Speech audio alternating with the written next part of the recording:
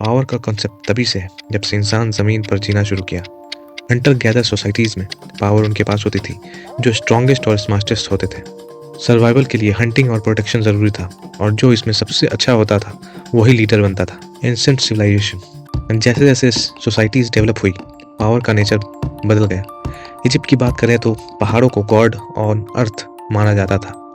एक इंटरेस्टिंग बात है कि पिरामिड का कंस्ट्रक्शन सिर्फ आने का जरिया नहीं था, बल्कि लोगों को यूनाइट करने का एक टूल था। मेसोपोटामिया में हम्मुराबी के कोड्स ऑफ लॉज ने दिखाया कि पावर सिर्फ एक फिजिकल नहीं बल्कि लीगल सिस्टम के थ्रू भी एस्टेब्लिश की जा सकती है।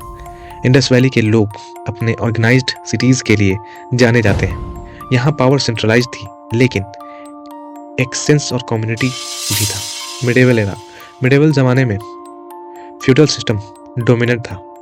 लैंड ओनर यानी लॉर्ड्स अब लैंड पर फार्मर्स से काम करवाते थे और उन्हें प्रोटेक्शन के नाम पर कंट्रोल करते थे। ट्रेड रूट्स, सिल्क रोड के आने से एक नए तरीके का पावर डायनेमिक शुरू हुआ।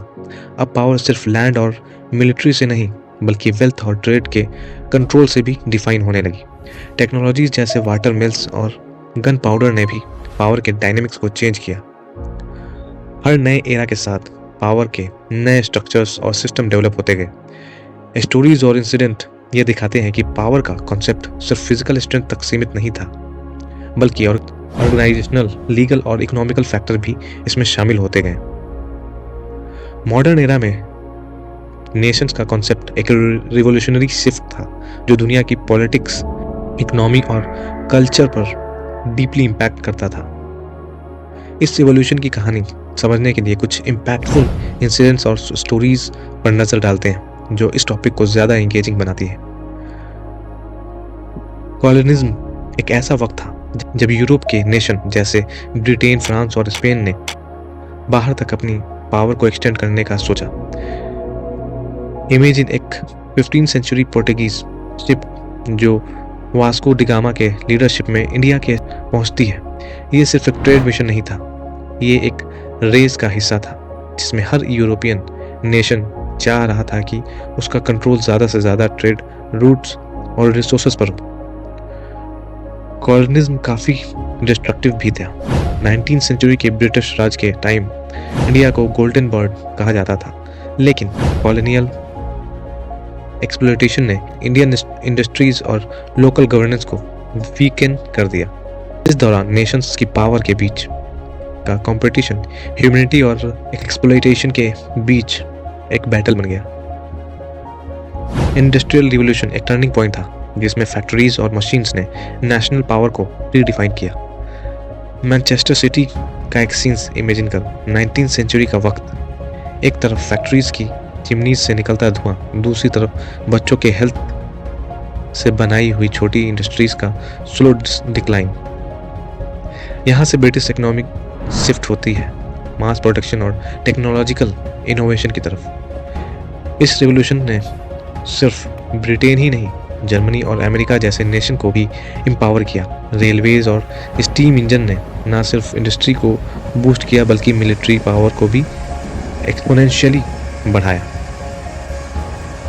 नेशंस का एक और मेजर डेवलपमेंट था पावर का कॉन्सेप्ट, मतलब एक इंडिपेंडेंट नेशन के पास अपने लॉज और गवर्नेंस को कंट्रोल होना।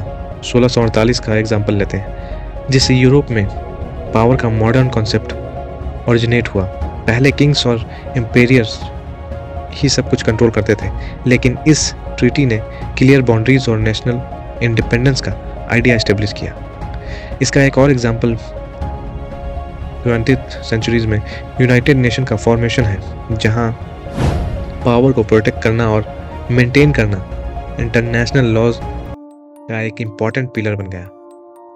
पावर का कंसेप्ट इंडिविजुअल किंग्स और एम्पेरियर से शिफ्ट होकर नेशंस और इंडस्ट्रीज पर फोकस करने लगा।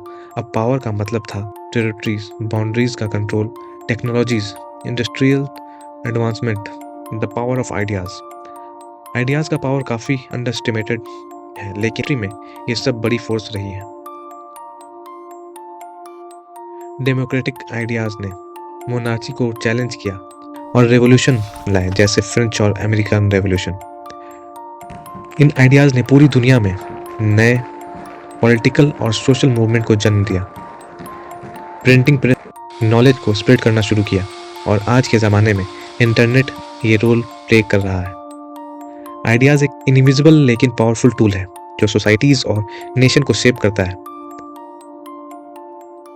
आइडियाज़ कभी दिखते नहीं, लेकिन इनकी पावर दुनिया के हर कोने में फील की जा सकती है। हिस्ट्री ने बार बार दिखाया है कि सही वक्त पर आया आइडिया एम्पायर्स को गिराकर नए मूवमेंट और रेवोल्यूशन जन्म दे सकता है।